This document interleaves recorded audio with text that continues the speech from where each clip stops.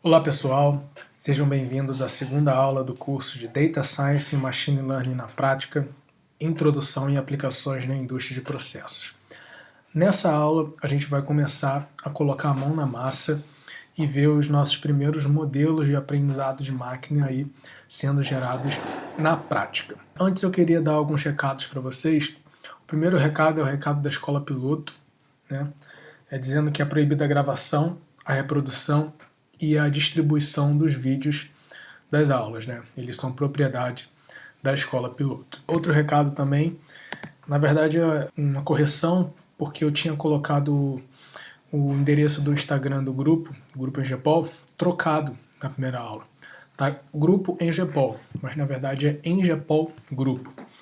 Então eu convido vocês aí a curtir a página e dar uma olhada no conteúdo que a gente está disponibilizando, informações sobre as nossas pesquisas, sobre os temas que a gente tem interesse, sobre os componentes do grupo.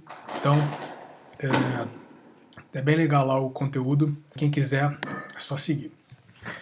E aí, apresentando o ambiente de programação que a gente vai usar ao longo do curso.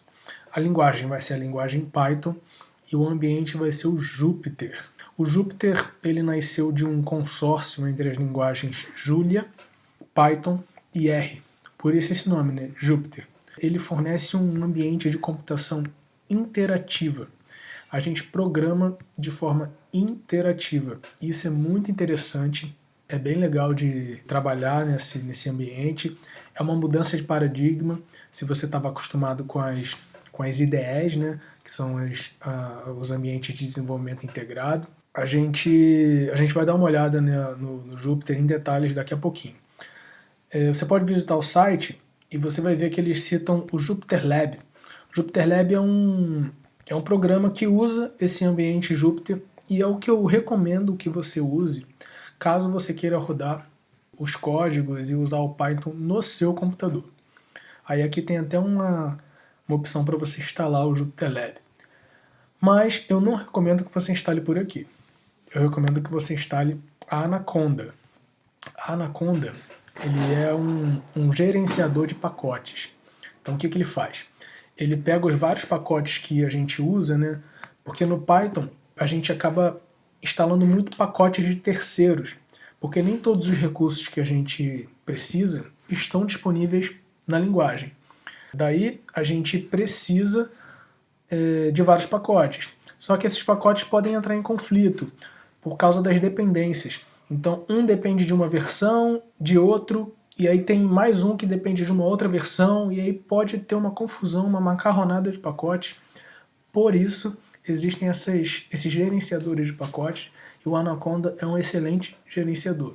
Quando você baixa o Anaconda, você vem aqui em Products e escolhe Individual Edition, você já baixa o Python e vários dos pacotes mais usados que a gente vai utilizar aqui no curso. Então, se você quiser rodar o Python no seu computador, eu recomendo que você use Anaconda. Mas a gente não vai usar o Anaconda aqui também. O que a gente vai usar aqui é o Kaggle. O Kaggle é uma rede social de cientistas de dados. A galera se reúne aqui para fazer várias coisas, né? Em especial para competir. Se você der uma olhada aqui nas competições, tem várias competições ativas hoje e elas valem uma grana, né? Se liga aqui, ó, 55 mil, 25 mil, 25 mil. Tem algumas que são só para você aprender mesmo, só para ganhar conhecimento. Então, e aqui tá em dólar, tá, gente? Então, pra gente isso aqui é multiplicado por, sei lá, 20, 50. Na verdade deve estar por volta de 5, né? Não sei. Mas não é o nosso objetivo agora focar nas competições. Também tem os conjuntos de dados. Tem vários conjuntos de dados aqui prontos para serem usados, né? Então se você pesquisar aqui, ó, tem todas as missões espaciais desde 1957. Há 9 dias alguém colocou isso e pelo visto parece ser legal porque já teve 87 curtidas. Estão vendo? Então tem vários e vários conjuntos de dados para você começar a brincar. Ó, predição de falhas do coração, resultados de futebol internacional feminino, os top jogadores de xadrez. Então tem muita coisa maneira, ó, desemprego na União Europeia, tem vários conjuntos de dados industriais também, que a gente vai usar, que estão aqui no Kaggle já. Por isso que é interessante pra gente. Você não precisa baixar esses dados. Se você usar o Kaggle, você já pode usá-los diretamente na plataforma, porque eles estão aí disponíveis. Você não precisa encher seu computador com esses dados Big Data, né? Que às vezes são vários gigabytes, aí você tem que baixar, aí carregar no seu computador, vai carregar a tua RAM. Então, os conjuntos de dados aqui no Kaggle já estão disponibilizados. E mais interessante ainda pra gente é a funcionalidade dos notebooks. Os notebooks, eles são documentos que rodam no ambiente Jupyter. Na verdade, eles são chamados de Jupyter Notebook. Aí os Kaggle Notebooks são notebooks Jupyter rodados especialmente no Kaggle, né? São feitos especialmente para serem rodados no Kaggle. Aqui tem vários notebooks com várias análises, análise das doenças do coração, então é predição de câncer, então predição de fraude para iniciantes. Então tem vários e vários e vários desses notebooks que você pode dar voto para cima, você pode comentar, tem vários comentários aqui. E na aula passada, no final da aula passada, eu coloquei um link para esse curso Relâmpago de Python. O curso Relâmpago de Python, eu recomendo que todo mundo leia para se nivelar no Python, né? Porque o Python ele é pré-requisito para esse curso. E se você tiver alguma deficiência ou se não estiver lembrando bem de alguns aspectos da linguagem, se você ler esse notebook de cabo a rabo, você vai se capacitar para entender tudo que a gente vai fazer aqui no curso relacionado com Python. Se você entrar no meu perfil e entrar nesse notebook, você vai poder ler o notebook aqui mesmo, né, sem editar. Você pode explorar o notebook aqui, só que você não vai poder modificá-lo e nem rodar os códigos. Para você fazer isso, você tem que clicar em Copy and Edit, que é o que vai acontecer. O notebook ele vai ser copiado para o seu perfil e lá você pode modificá-lo do jeito que você quiser, tá? Inclusive compartilhar depois, se assim você desejar também. Aqui o meu já está compartilhado, né, que é para vocês darem uma olhada. Então, eu vou clicar em Edit aqui, que eu quero mostrar para vocês alguns desses recursos. Na verdade, já tinha uma sessão rodando de antes de eu começar a gravar o vídeo, e aí ele está recarregando aqui. Então, galera, o notebook ele é composto por células, né?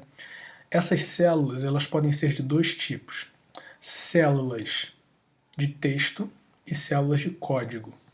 Por exemplo, essa aqui é uma célula de texto. Tá vendo essa linha azul aqui? Ela delimita o conteúdo da célula. Para você criar uma nova célula, você pode apertar aqui em Mass Code, que você cria uma célula de código, ou Mass Markdown, que você cria uma célula de texto. O Markdown é o nome da linguagem de marcação que é utilizada para escrever esses textos aqui. Então, é texto puro, mais alguns sinais que vão indicar, por exemplo, quando eu quero fazer itálico, ou negrito, ou quando eu quiser colocar um link. O Markdown ele serve para especificar esse tipo de detalhe no texto. É parecido com HTML. Quem já tem experiência com programação, com marcação em HTML, na verdade, o Markdown ele é mais simples ainda que o HTML. Então, se eu apertar aqui em Mass Markdown, ele vai gerar uma célula em que eu posso escrever qualquer coisa, tá? E aí, para concretizar essa escrita, né, eu aperto Shift e Enter. Perceba que existem dois modos em que você pode estar num notebook. O modo de edição e o modo de comando. O modo de edição é esse, né, em que você pode escrever qualquer coisa. Você vai poder aqui colocar negrito. E aí você já vê o que é um negrito no Markdown, né? São dois asteriscos em volta da palavra. Se for um asterisco só, é itálico. Se você não lembra, você pode usar esses atalhos aqui em cima. Esse é o modo de edição, tá? O modo de comando é quando eu não estou dentro de nenhuma célula em específico. Por exemplo, agora eu estou no modo de comando. eu estou com essa célula aqui selecionada, tá? Mas se eu digitar no meu teclado, não vai editar nada que está nessa célula. Se eu quiser entrar em modo de edição, eu tenho que clicar 2 vezes aqui no espaço do texto. Então cliquei 2 vezes, entrei em modo de edição. E você pode depois conferir como é que faz para colocar link. Você inspeciona as células de Markdown dos meus notebooks para ir aprendendo como faz. Então, quando eu saio do modo de edição e entro no modo do comando, eu posso dar alguns comandos para o notebook para ele fazer algumas coisinhas especiais. Por exemplo, se eu quiser criar uma nova célula acima dessa aqui, eu aperto A. E aí ele cria, no caso aqui, uma nova célula de código. Essa setinha aqui quer dizer que a célula é de código, porque você pode executar a célula. Vamos escrever aqui qualquer coisa. A igual a 1 mais 1. Se eu apertar Shift Enter, ou apertar esse botãozinho aqui, ou apertar aqui em cima, por exemplo, eu vou executar essa célula. Então Shift Enter, olha o que aconteceu. Apareceu um novo número aqui, que é o número 23. Por que 23? Porque antes de começar o vídeo eu já estava mexendo nesse notebook. Por isso, por eu já estar mexendo no notebook, eu tinha executado 22 vezes antes. Então essa é a 23ª vez que eu executo coisa nesse notebook durante essa sessão, que já dura 49 minutos. Ele está dizendo aqui que eu já estou 49 minutos mexendo nesse notebook. Não aconteceu nada, né? Eu gerei aqui a célula e não apareceu nada. Se eu quiser mostrar o resultado, eu tenho que chamar a variável aqui no final da célula. Então eu vou rodar de novo, dessa vez apertando aqui. Aí ele mostrou para mim o output 24. Perceba que o número subiu, né? Porque eu executei de novo. Então, para você escrever códigos nesse ambiente, você tem que gerar uma célula de código, escrever seu código ali e executar. De preferência com Shift Enter, que agiliza o processo. Então, o que a gente pode fazer aqui? Essa célula aí é inútil, não serve para nada. Então eu vou deletar. Como é que deleta uma célula? Garante que ela está selecionada, que está azul aqui. Garante que você está no modo de comando, ou seja, não tem nenhum cursor piscando aqui dentro. E aperta DD. Quando você aperta DD, a célula é deletada e aí pronto, ela sumiu. Você pode desfazer aqui, undo, se você quiser. Eu vou deletar essa célula aqui também, ó, célula de texto. DD. Tranquilo? Então é isso. Para você navegar no notebook, você tem que ter isso em mente. Que existem 2 tipos de célula, que é de código e de Markdown. Markdown é para você colocar texto, de código é para você programar dentro dela. Para você rodar, Shift Enter, e tem em mente que existem 2 modos, o modo de comando e o modo de edição. No modo de edição é quando eu posso mudar o que está na célula. No modo de comando é quando eu posso dar os comandos para o notebook. Por exemplo, colocar uma nova célula acima, A de above, ou colocar uma nova célula abaixo, B de below. Tranquilo? Então, o Jupyter Notebook basicamente é isso. Então, galera, eu vou reiniciar essa sessão aqui, vou parar o vídeo agora, reiniciar essa sessão, só para limpar tudo, que eu tinha esquecido de fazer isso. E aí, daqui a 1 segundo para vocês, eu vou voltar com o notebook já limpo. Beleza, galera? Sessão recém-iniciada aí. Queria comentar com vocês uma coisa também, que é sobre esses sinais que tem aqui, esses indicadores do quanto que você está usando dos recursos computacionais lá dos servidores do Google. Lembre-se que esses cálculos que a gente vai fazer aqui, nenhum deles roda no nosso computador, eles rodam lá nos servidores do Google. E lá você tem um limite de quanto de capacidade computacional você pode usar. Então aqui eu uso do HD, aqui o do CPU e aqui o da memória RAM. Eu não lembro exatamente quais são esses limites, depois vocês podem pesquisar aí no Google, mas eles são bem altos, então eu nunca, por exemplo, usei o limite total do HD, nem o limite total da RAM. Né? É o suficiente para, pelo menos para as aplicações que a gente vai fazer aqui. Aí aqui tem o botão para parar a sessão, aqui para reiniciar a sessão. se você clicar nesses 3 pontos, você vai ver que você pode usar alguns aceleradores. O que que é isso, né? Um acelerador é um processador especial que serve para acelerar alguns tipos de código, tá? Nem todos vão conseguir ser acelerados. Esse aqui é a GPU, que é a unidade de processamento gráfico, que foi desenvolvida para processar vídeo, né, processar gráficos, ser usado em videogames, por exemplo, mas acabou sendo portado para a área da computação científica, porque a galera percebeu que alguns cálculos eram muito acelerados. E especialmente as redes neurais profundas, né, que são as técnicas de Deep Learning, elas conseguem ter um desempenho muito melhor quando a gente usa a GPU. E a GPU, ela tem um limite aqui no Kaggle. É por volta de, sei lá, 40, 50 ou 60 horas, algum número assim. Agora eu não lembro de cabeça. Mas você tem um limite também por semana. Essa quantidade é por semana. Então não use à toa, né?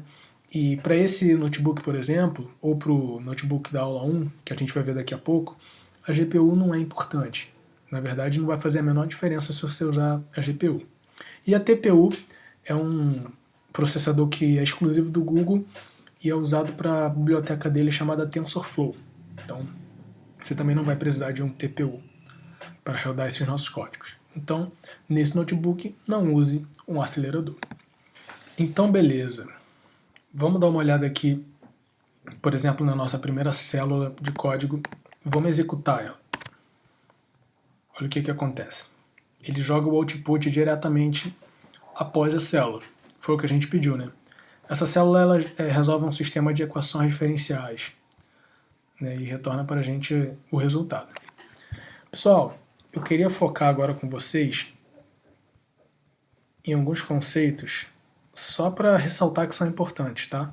Se vocês não lembram deles ou nunca viram, por favor, leiam o notebook. O primeiro é o uso do NumPy. O tempo inteiro a gente vai usar essa biblioteca aqui, ó, chamada NumPy. E ela fornece um tipo de dado conveniente para a gente resolver problemas de álgebra linear, né? Fazer computação numérica no Python.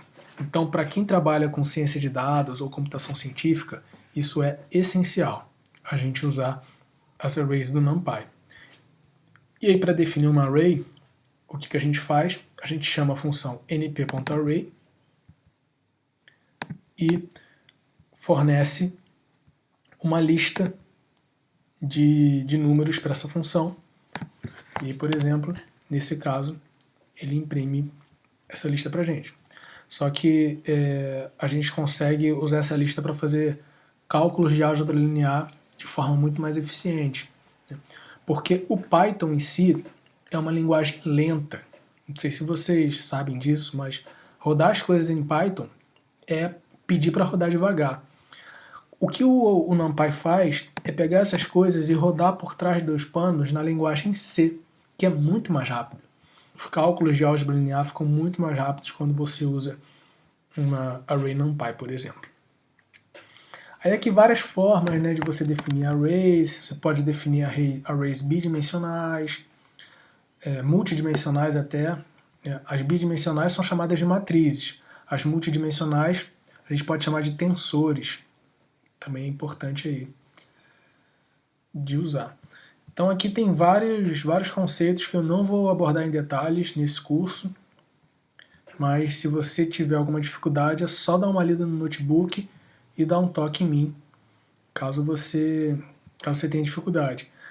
Aqui, por exemplo, eu tenho várias operações, né, de álgebra linear, multiplicações de matrizes, transposta, inversa, norma, altos valores, autovetores também tem. Então é isso.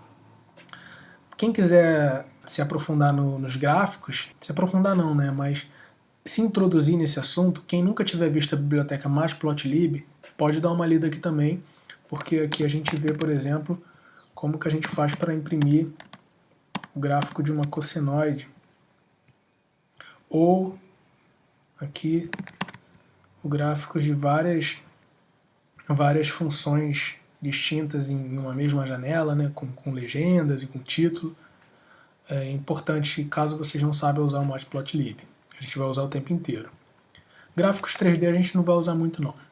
Na verdade, eu acho que não vai usar nenhuma vez. Estrutura de controle, imagino que quem já sabe programar em Python sabe usar, né? For, if, while, isso é essencial também. Funções, também é importante, a gente vai definir várias funções ao longo do curso, né, que são blocos de código que rodam de maneira independente do resto do programa. Então, como é que a gente define uma função, né, algumas estratégias, por que a gente define uma função, está tudo escrito aqui. Essa parte de equações, se você não tiver interesse em particular, você não precisa se aprofundar, porque a gente não vai resolver nenhuma equação diretamente aqui no curso. A gente vai fazer os pacotes resolverem essas equações para a gente, né, os pacotes de aprendizado. Só que a gente não vai usar diretamente o NumPy ou o SciPy para resolver. Então, você pode pular isso aqui, caso você queira ganhar tempo. Você pode pular a parte de otimização também. A gente vai resolver problemas de otimização, só que não diretamente. Vocês podem olhar se vocês tiverem interesse. A biblioteca Pandas é importante que a gente saiba usar, né? Eu vou também deixar para leitura de vocês, mas aqui eu vou dar uma olhada com um pouco mais de detalhe para pelo menos conceituar o que é a biblioteca Pandas e como que a gente usa.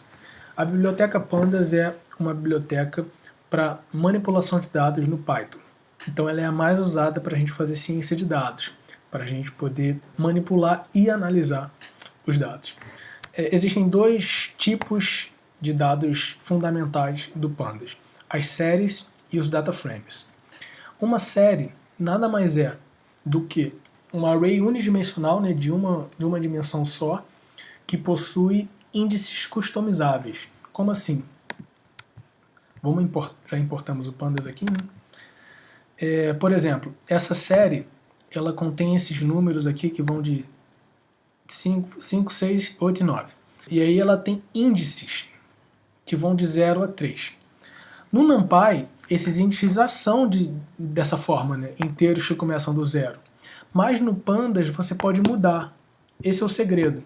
Então aqui, por exemplo, eu defino uma série que tem como índice letras. Não precisa ser número. Esse é o segredo. Essa é a diferença para o NumPy. No NumPy, os índices eles são números que começam do 0.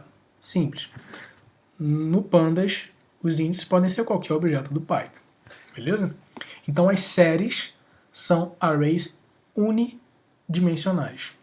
Se você quiser arrays multidimensionais, né, você tem que usar o data frame. O data frame é como se fosse uma planilha, né? Pensa no Excel. O Excel ele organiza os dados de forma bidimensional para você, né? Linhas e colunas. O Pandas vai funcionar de forma parecida. Nessa célula aqui, por exemplo, eu defino um data frame, olha, onde eu tenho as linhas contendo nomes de alunos fictícios e as colunas são as notas nas provas, P1, P2. Aí, nas células abaixo, eu faço várias manipulações de dados a partir desse data frame. Caso você não tenha intimidade com Pandas, por favor, leia o notebook, essa sessão, e venha esclarecer as dúvidas comigo agora, tá? Então é isso, a gente vai usar os data frames ao longo do nosso curso. E o segredo para você aprender esse tipo de coisa é a prática. Você vai ler isso aqui, você vai olhar os meus exemplos nos outros notebooks, mas aí é a prática de olhar sempre e tá vendo sempre coisas novas e aplicando que vai fazer você ficar fluente nesse tipo de aplicação. Ao longo do curso eu vou fornecendo várias dicas e vários macetes para você manipular esses data frames. Eu acho isso melhor do que eu ter, por exemplo, uma aula inteira ou 2 aulas detalhando todos os aspectos do data frame, para depois começar a aplicar. Aqui não, aqui a gente já vai direto para uma aplicação prática e aí ao longo do caminho eu vou mostrando para vocês o que é interessante de você saber e o que é útil de você saber para aplicações de aprendizado de máquina, tá bom? Então, para você dar um start e começar, dá uma lida no notebook. E aí agora a gente inicia a parte nobre da aula, que a gente vai começar a desenvolver os modelos de aprendizado de máquina. Em particular, essa primeira aula ela trata de técnicas de regressão utilizando modelos de florestas aleatórias. Lembrando da aula passada, regressão é quando você quer um modelo que seja capaz de predizer valores de variáveis contínuas. E florestas aleatórias, a gente vai entender do que se trata em breve. Então, essa primeira célula, ela especifica alguns comandos mágicos, que eles não se comunicam com a linguagem Python, e sim diretamente com o kernel do Jupyter. Essa é a nomenclatura, comandos mágicos, e eles começam com %. Esses dois comandos aqui, eles são úteis para quando a gente quer recarregar automaticamente todos os pacotes que a gente está usando. Aqui no caso, a gente nem usa isso, mas por exemplo, se você estiver desenvolvendo um pacote Python em tempo real ali e utilizando no Jupyter, é bem interessante que você tenha esses dois comandos aí para ele sempre atualizar o pacote que você está usando. E o Matplotlib inline é para você garantir que os gráficos vão ser gerados sempre aqui ao longo do notebook. Aqui eu importo os módulos os principais módulos que a gente usa ao longo da aula. Principais são os NumPy, o Pandas, o Matplotlib e o Scikit-learn. O Scikit-learn ele faz parte do ambiente de computação científica do SciPy. Né? Deixa eu botar aqui no site para vocês darem uma olhada. O site do Scikit-learn. Ele é uma biblioteca com vários métodos para você fazer machine learning no Python. Então aqui você tem, por exemplo, classificação, regressão, clusterização. Então se você quiser estudar a fundo os detalhes do Scikit-learn, aqui a gente tem uma excelente referência, um excelente guia do usuário com várias das técnicas. Essa nomenclatura, Scikit-learn, ela vem do ambiente de computação científica do Python, que é conhecido como SciPy, que ele até cita aqui, né? SciPy. O SciPy ele é como se fosse a biblioteca principal, é que contém os códigos base. E os Scikits são bibliotecas adicionais que complementam o SciPy em assuntos específicos. No caso, o Scikit-learn ele é como se fosse o complemento do SciPy na área de aprendizado de máquina. Outra biblioteca muito famosa Scikit é o Scikit-image. Também é muito famosa e muito usada. Tem outros Scikits que não são tão consagrados, mas o Scikit-learn e o Scikit-image são bem usados. Então vamos começar com um exemplinho introdutório.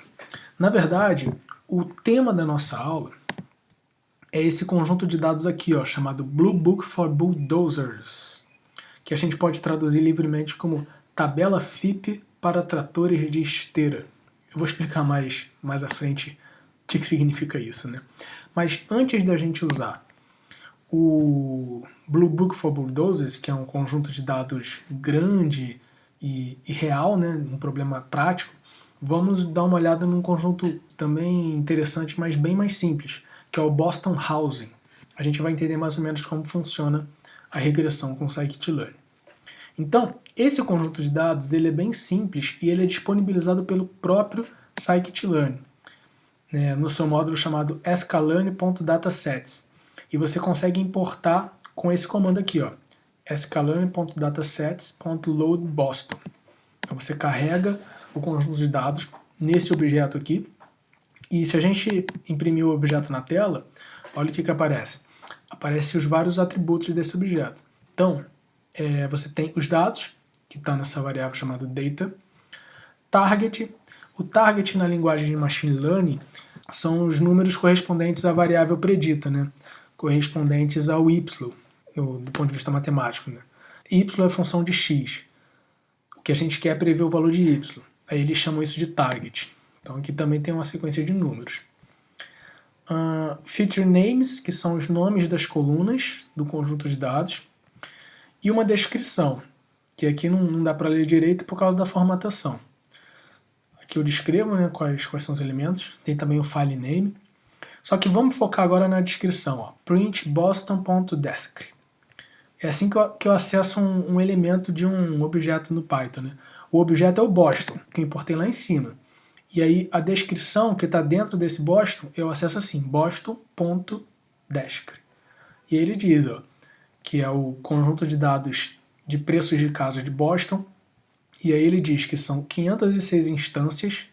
O que significa isso? Significa que eu tenho 506 linhas nesse conjunto de dados. Eu tenho 506 casas nesse conjunto de dados. Ele diz que o número de atributos são 13, numéricos e categóricos. Ele diz aqui quais são esses atributos, né? Quais são as colunas do conjunto de dados. O que você vai usar para prever o preço? Ele diz que esse median value, que é o atributo 14, é usualmente o target, né? O alvo, a variável y. Aqui a gente tem as várias colunas do conjunto de dados, né? Crime per capita, proporção da... Isso aqui eu não sei nem o que significa direito. Concentração de óxido nítrico, isso aqui é interessante para a gente, né? Que está na área de processos. Ele está sugerindo que a concentração de óxido nítrico pode ser um fator importante para você prever o preço de uma casa. Interessante. Os métodos de aprendizado eles vão dizer se isso é verdade ou não. Então, aqui tem as várias colunas do conjunto de dados. E o que você tem que fazer é o seguinte, é você usar todas essas informações para tentar prever qual é o preço. O problema é esse. Você tem que usar as informações do conjunto de dados para prever o preço. É que ele descreve, dá as referências. Então o que a gente vai fazer? A gente vai dar nomes mais simpáticos a esses dados. Boston.data a gente vai chamar de X. Boston.target a gente vai chamar de Y. Perceba que aqui tem uma associação. Antes da vírgula, depois da vírgula, depois da vírgula. Então, agora eu estou com nomes mais simpáticos, né, do ponto de vista da notação matemática. Essa etapa aqui, ela é essencial em todo problema de aprendizado de máquina. A gente precisa separar um conjunto de treino e um conjunto de teste. O conjunto de treino vai ser o conjunto que a gente vai usar para gerar o nosso modelo. O conjunto de teste vai ser o conjunto em que a gente vai avaliar a capacidade preditiva do modelo. Por que a gente precisa disso? Porque no aprendizado de máquina, o objetivo principal é a predição, não é o modelo em si. É diferente, por exemplo, de algumas aplicações da estatística tradicional. Por exemplo, vamos pensar em aplicações aí de cinética química, que a gente quer criar um modelo para explicar um mecanismo de reação, alguma coisa desse tipo. Aí a gente vai lá e calcula o R2, dá 0,9999, a gente fica feliz. Esse modelo, ele é um modelo que ele é válido por si só. A gente não necessariamente precisa ficar usando ele para fazer predições. Então, o objetivo nesse caso é descobrir relações, é inferir relações a partir do modelo.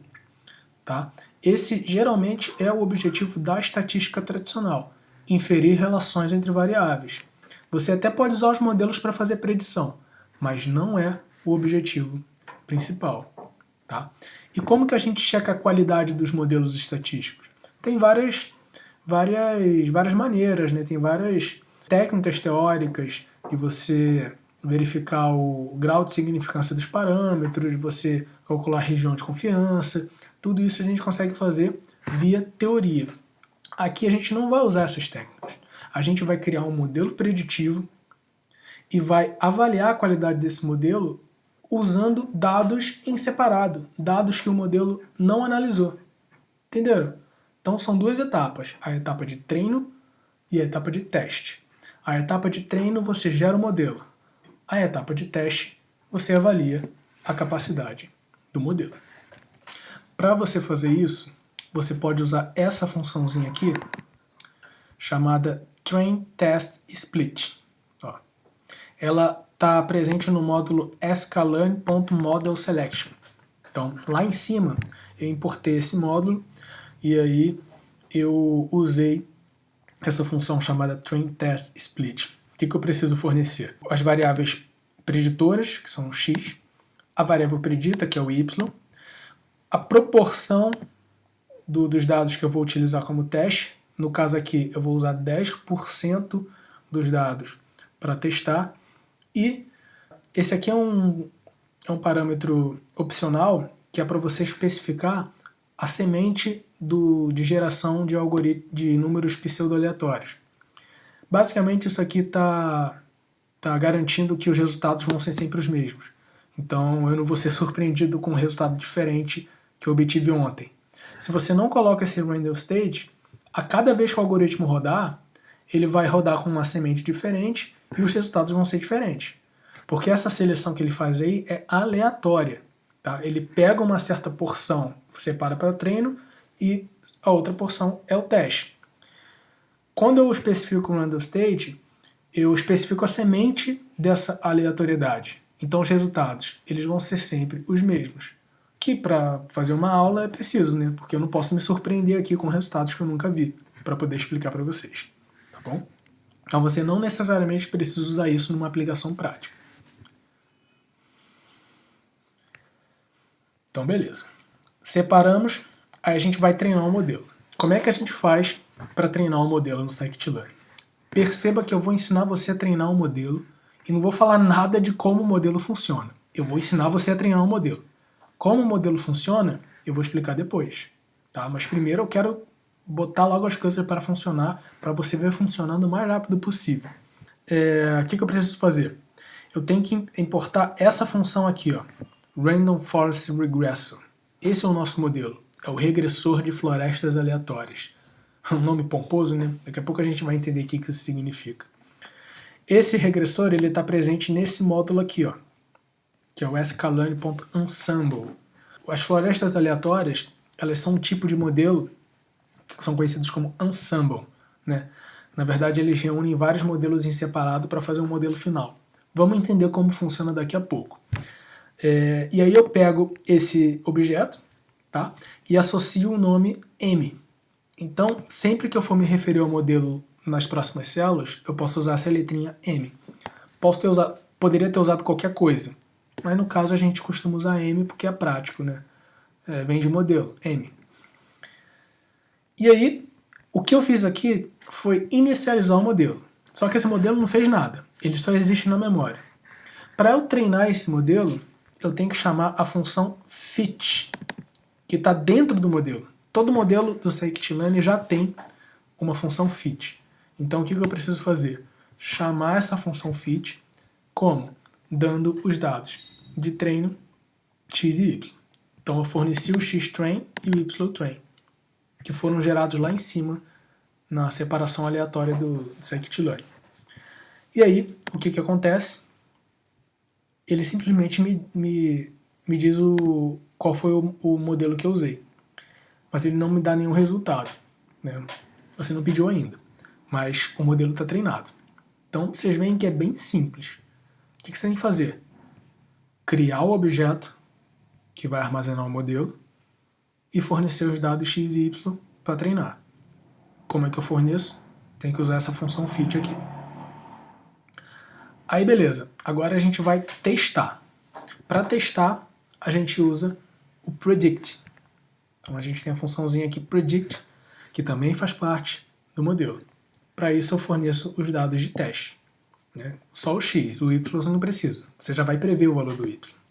E aí você associa esse nome aqui às predições, que é y-test-pred. De novo, poderia ser qualquer nome. Eu escolhi esse. Vamos visualizar os resultados. Para a gente visualizar esses resultados, fica difícil plotar x contra y, porque o x é multidimensional, né? Então são várias colunas na matriz x. Então não dá para você plotar x contra y assim, fácil. Você precisa escolher um x e plotar contra y. Eu vou fazer diferente. Eu vou plotar y verdadeiro, que é o y-test, contra a predição. Quando eu faço isso, eu espero que esses dados sigam uma tendência linear em torno da reta x igual a y. Por quê? Porque eu quero que a predição seja igual ao valor verdadeiro. E isso acontece quando os valores batem na reta x igual a y, né? Então, a reta aqui de 45 graus, a partir da origem, essa reta é a minha referência. Os pontos elas têm que estar o mais próximo possível aqui dessa reta. E a gente vê que alguns desses pontos estão bem próximos, né? E a tendência da reta, ela é seguida, né? Você tem ali uma certa direção que os pontos estão seguindo. Porque se esse resultado tivesse ruim, esses pontos estariam aleatoriamente distribuídos nesse espaço. No caso aí a gente vê que o resultado ele está razoável, porque a gente tem uma certa tendência sendo respeitada. Então foi isso que eu fiz aqui. Eu plotei, o comando é esse aqui, plt.plot, o y-test contra o y-test spread. E aí eu plotei a reta aqui como referência, só para eu poder ver. Não se confundam, essa reta não é um modelo. O modelo de florestas aleatórias não é linear, não seria uma reta. Além do mais, esse problema é multidimensional. Não daria para ver um modelo no espaço do plano cartesiano. Por isso, a gente usa essa estratégia de comparar com a reta de 45 graus. A gente pode calcular métricas de desempenho, porque só ficar olhando o gráfico, né, pode ser ruim, é muito subjetivo. Então, o que a gente pode fazer? A gente pode chamar essa função aqui, mean absolute error, que é erro absoluto médio. Essa função ela está contida onde? No módulo scalane.metrics. Esses detalhes, né, de onde que está cada coisa, você vai aprendendo com a prática. No caso, daqui a um tempo você já vai saber, se eu quiser calcular uma métrica no scikit-learn, uma métrica de desempenho, eu tenho que chamar o scalane.metrics. Ponto mean absolute error, que é uma métrica que mede o erro absoluto, né? É a simples distância entre o valor verdadeiro e o valor predito, e aí você tira a média de todas essas distâncias. Para isso você precisa fornecer o y-test e o y-test spread. E aí o que ele vai fazer? Ele vai calcular as distâncias de cada um dos pontos, tirar o módulo e tirar a média. Aí vai ter um número que vai te dizer o desempenho do modelo. Quanto menor esse número, melhor. Esse R2 score aqui é uma outra métrica. A gente já está acostumado com essa métrica aí na nossa vida acadêmica. Geralmente, quando a gente faz regressão linear, a gente calcula o R2 para ver se o ajuste foi bom, né? Aí, quanto mais perto de 1, melhor. E é basicamente isso. Esse R2 score, ele mede a variância explicada pelo modelo. É a quantidade de variação dos dados que o modelo consegue explicar. E aí, quanto mais perto de 1, melhor. E se o valor for 0, isso significa que o seu modelo ele é tão bom quanto usar a média para fazer a predição. E usar a média para fazer a predição é um procedimento esdrúxulo. Ninguém vai fazer isso, vai usar a média para prever, né? Pode até fazer, se o problema for simples, se a média representar bem os pontos. Mas se o R2 for 0, significa que você não precisa fazer modelo de predição, fazer modelo de aprendizado. Usa logo a média para prever. Tá? Se o resultado for menor que 0, se o R2 for negativo, significa que o teu modelo é pior que a média. Você está muito mal. Você realmente está tendo um desempenho triste. Por quê? Porque o teu modelo é pior do que simplesmente usar a média. E isso acontece. Não fica chateado que vai acontecer, mas aí você conserta ao longo aí do teu estudo. Beleza? Então é isso. São essas duas métricas aí. Existem várias métricas. Depois você confere lá no site do scikit-learn algumas dessas alternativas. E aí eu já deixo aqui a primeira atividade para vocês. Eu vou pedir para vocês usarem outro modelo e outras métricas para avaliação. Vocês simplesmente vão pegar aquele código que está lá em cima, copiar e mudar o modelo, que lá em cima eu usei o Florestas Aleatórias, o Random Forest. Vocês podem pegar qualquer outro, né? Aí eu vou deixar para vocês pesquisarem lá no site do Scikit-Learn. E outras métricas. Eu usei o erro absoluto médio e o R2. Você pode usar qualquer outra. Procura lá também. Talvez você tenha que importar outros módulos do Scikit-Learn para fazer isso. Então, tenha atenção a esse respeito. E aí na segunda célula, eu vou pedir para você repetir todo o procedimento que você fez na primeira célula para outro conjunto de dados, que é o conjunto de dados de diabetes, que também está disponível no Scikit-Learn. Aí eu vou pedir para você procurar no link que eu coloquei aí. Você vai repetir o procedimento que eu fiz lá em cima, só que você vai usar outro conjunto de dados. Beleza? É isso. Então, galera, esse exemplo ele foi bem simples. Ele mostrou as etapas básicas de um problema de aprendizado de máquina. Pega um conjunto de treino, separa esse conjunto de treino do conjunto de teste, treina o modelo no conjunto de treino e avalia no conjunto de teste. É isso. Basicamente, aprendizado de máquina é isso. Treinar e avaliar o resultado. Treinar e avaliar o resultado.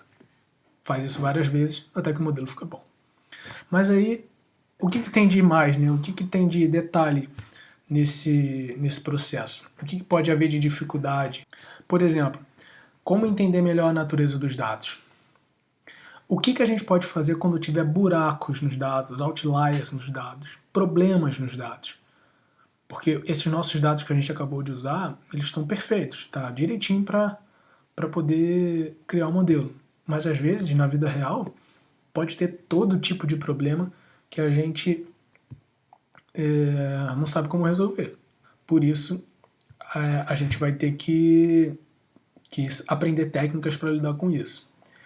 Mesmo que os dados não tenham problemas, é possível mexer neles antes de entregá-los ao modelo, de modo a melhorar os resultados?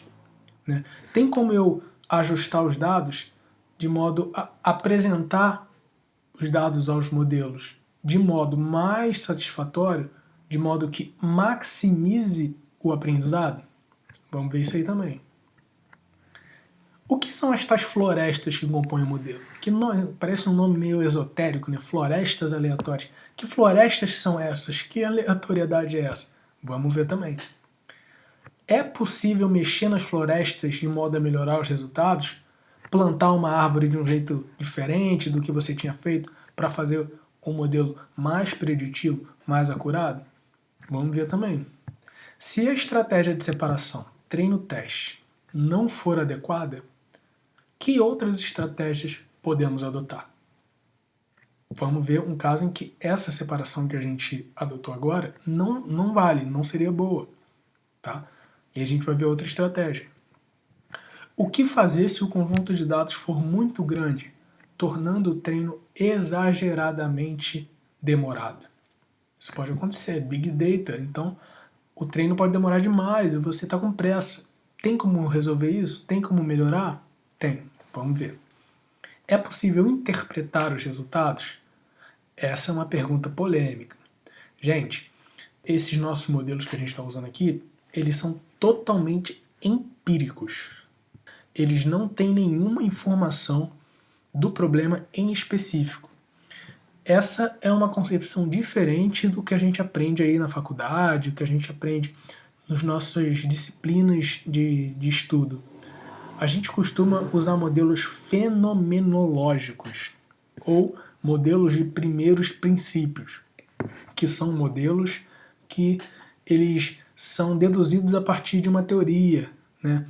Então você, por exemplo, faz balanço de massa e balanço de energia e gera um modelo de equações diferenciais para simular um processo, né? Olha que bonito. E você vai lá desde entrada menos saída é igual a acúmulo, vai deduzindo coisa, até que você chega num modelo matemático que tem capacidade preditiva. Isso é muito maneiro, mas não é o que a gente vai fazer aqui. O que a gente está fazendo aqui é usar modelos empíricos para, a partir dos dados, tentar encontrar relações e criar modelos preditivos. É isso que a gente vai fazer. E aí, muita gente critica esses modelos dizendo que eles não são interpretáveis, que a gente não consegue interpretar os resultados. Coitados dos modelos. Eles são vistos como moedor de carne só. Você coloca os números ali, sai o resultado e o problema não consegue ser interpretado. Você não tem nenhum sentimento sobre aquilo.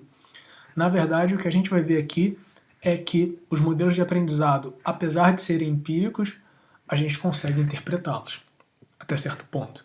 E a gente vai aprender algumas técnicas de interpretação, ainda nesse notebook. Aconteceu uma coisa aí que foi legal de vocês verem, que eu não mexi no notebook por 40 minutos, né? Só fiquei aqui falando para vocês. E aí ele pergunta se eu quero continuar editando. Ele vai desligar a minha sessão automaticamente se eu ficar muito tempo sem mexer, tá? Mas eu quero continuar. Quero terminar ainda a aula. Então, gente, já finalizando, na aula que vem a gente vai falar desse conjunto de dados aqui, né? Que ele vem de uma competição real do Kaggle, que é a competição Blue Book for Bulldozers. E essa competição, ela consiste de dados reais relativos a informações variadas acerca de tratores de esteira industriais. Então, são tratores de esteira de verdade. E o que a gente vai fazer? A gente vai criar um modelo para, a partir de várias informações desses tratores, a gente vai prever o preço de venda deles em leilões. É isso que a gente vai fazer a partir da aula que vem. A gente vai analisar informações de tratores e tentar prever o seu preço de venda. Beleza? É uma aplicação maneira, interessante aí, relacionada, de certa forma, com o mundo industrial. E ela é baseada nessa solução aqui proposta por Jenny Howard no curso Introduction to Machine Learning for Coders. É um curso muito maneiro, que também é gratuito, você consegue assistir ele todo no YouTube. Se você quiser se aprofundar e você saca um pouquinho de inglês, eu recomendo que você assista esse curso, porque o Jenny ele é muito bom professor e ele também é muito bom programador e praticante de aprendizado de máquina. Beleza? Então aí a partir da aula que vem a gente começa esses procedimentos aí de importar dados, de aplicar um modelo, só que a diferença é que esses dados são muito mais numerosos. O que a gente acabou de usar são mais ou menos 500 linhas. Esse aí são 500 mil linhas. 500 mil de observações. Vocês imaginam que é pesado para o computador analisar esse tipo de dado. E a gente tem algumas estratégias aí para lidar com isso. Beleza? Valeu, gente. Forte abraço. A gente se vê na semana que vem. Tchau, tchau.